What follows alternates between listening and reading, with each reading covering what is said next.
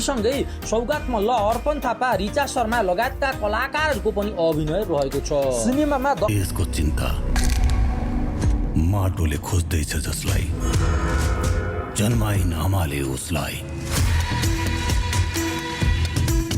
रगत उम्लियो जसको आमाको पीर यो देशको शिर कहिले चुक्न नदिने सपूत हुँ म।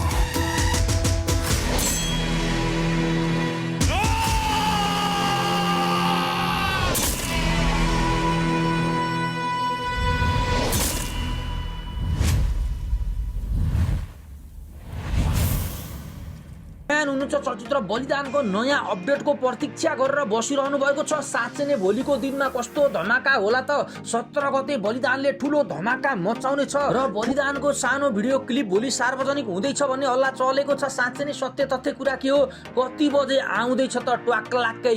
बलिदानको नयाँ अपडेट लिएर म तपाईहरुको सामने आइसकेको छु।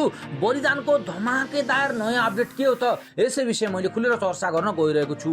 यदि तपाईहरु हाम्रो च्यानलमा नयाँ हुनुहुन्छ भने भिडियोलाई लाइक गरेर च्यानललाई सब्स्क्राइब गर्न नबिर्सिनु होला। सन्तोष सेनको निर्देशनमा तयार भएको चलचित्र बलिदानमा समीर भट्टको मुख्य अभिनय रहेको छ। उनीसँगै सौगात मल्ल, अर्पण थापा, रिचा शर्मा लगायतका कलाकारहरूको पनि अभिनय रहेको छ।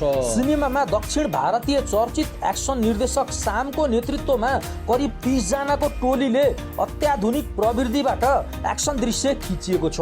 सिनेमाको क्लाइमेक्स दृश्यका लागि बुढा सुब्बा मैदानमा 42 फिट अग्लो काली माताको भव्य मूर्ति निर्माण गरिएको थियो, जसले निकै चर्चा बटुलेको थियो। बलिदानको चर्चा यति बेला नेपाली चलचित्र क्षेत्रमै सबैभन्दा बढी रहेको अनुमान लगाइएको छ। किन भन्दा बलिदान नेपालको एकदमै बिग बजेट मुभी हो हैन, मास एक्सन सिनेमा, त्यसमाथि पनि चलचित्रभित्र समीर भट्ट भएकोले गर्दाखेरि पनि यो चलचित्रको हाइप भयंकर धेरै भएको अनुमान लगाउन सकिन्छ। र अब बलिदानको नयाँ अपडेट के छ त, सबैजनालाई मुख्य चासोको विषय चाहिँ यो रहेको छ है। विशेष गरी वैशाखको 17